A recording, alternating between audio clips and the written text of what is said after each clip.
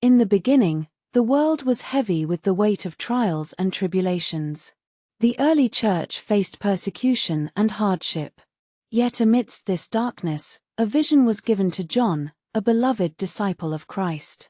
He was on the island of Patmos, exiled for his faith. It was here, in solitude, that he received a revelation. A revelation not just about the end, but about hope, restoration, and the unwavering faithfulness of God. The book opens with a vision of Jesus, the risen Lord. He walks among the lampstands, representing the 7 churches. John sees him clothed in a robe, with a golden sash around his chest.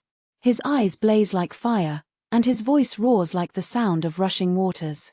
In this moment, we witness the majesty of Christ, who holds the future in his hands. As John hears the words of Jesus, he is instructed to write down everything he sees. This message is not just for him but for all the churches. The letters to each church reveal their strengths and weaknesses.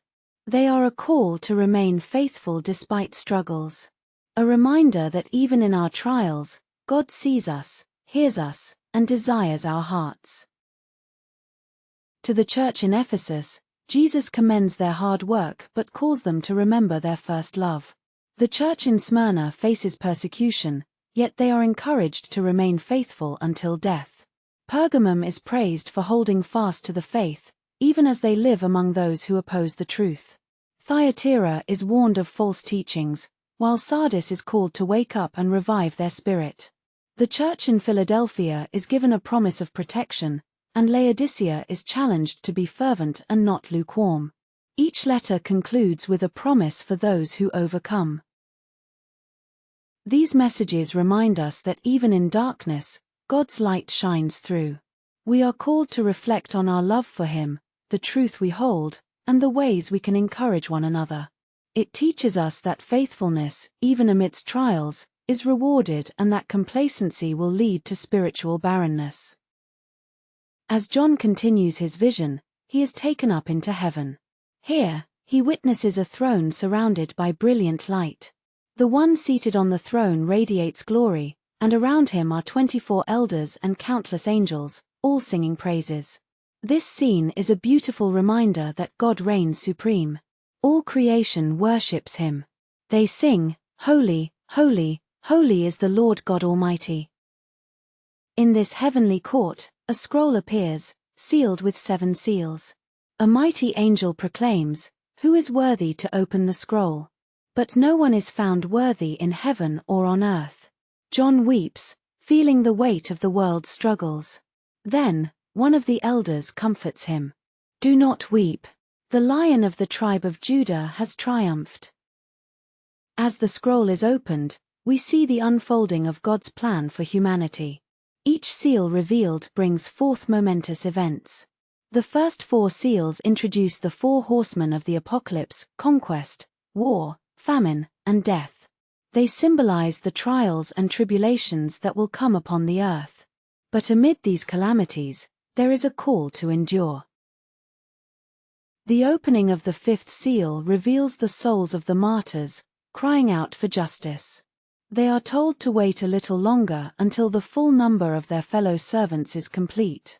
This moment reminds us that God hears our cries. While we may not see justice immediately, He is always working, and He invites us to be patient. As the 6th seal is broken, a great earthquake shakes the earth, and the sun turns black. Stars fall from the sky, and the heavens are rolled up like a scroll. The kings of the earth, the great and the small, hide in fear. They recognize God's wrath. But in this terrifying moment, we are reminded that God is in control. Even when the foundations of the world seem to tremble, our trust in Him must remain steadfast. Then the scene shifts. John sees 144,000 servants of God sealed on their foreheads. They are from every tribe of Israel, representing God's faithfulness to His covenant people.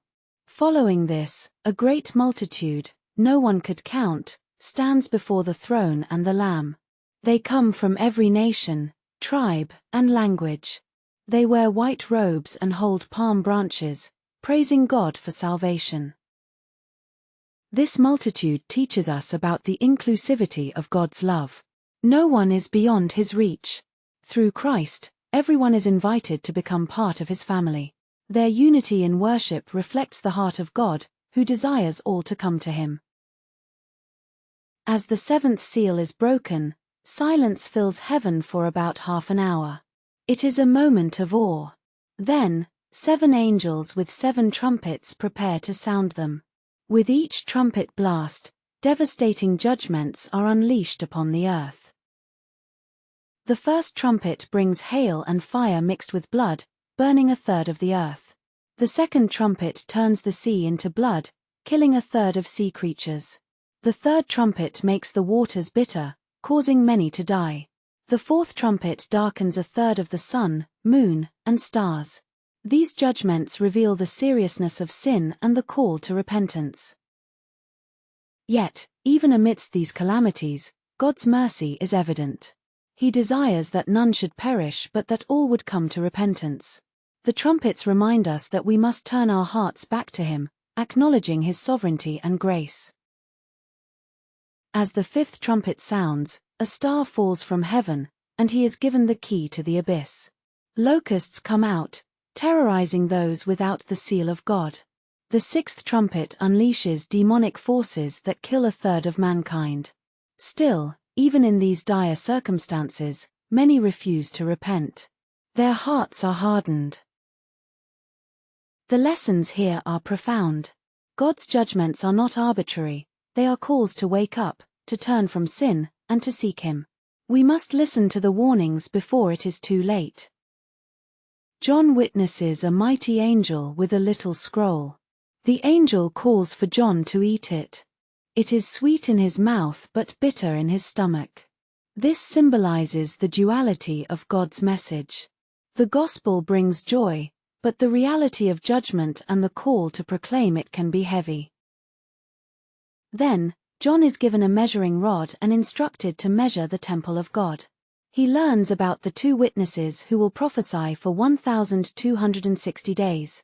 They are given great power, but they will also face opposition and ultimately be killed. After 3.5 days, they rise again, and fear falls upon those who witness it. The witnesses' story teaches us about perseverance. Even when we face opposition, our witness for Christ matters. God empowers us to stand firm, even to the end. As the 7th trumpet sounds, loud voices in heaven proclaim, "The kingdom of the world has become the kingdom of our Lord and of his Messiah." This moment speaks of hope, a promise that Christ will reign forever. But first, the final battle must come. The vision continues with the appearance of a great red dragon, representing Satan.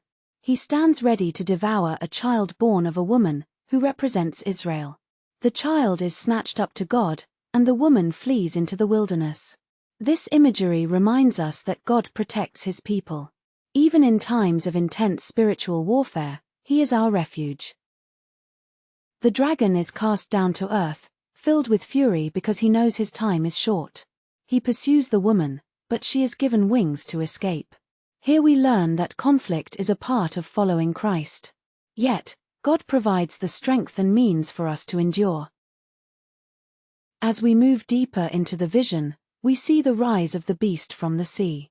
It has 10 horns and 7 heads, and it blasphemes against God. This beast represents the forces opposed to God's kingdom.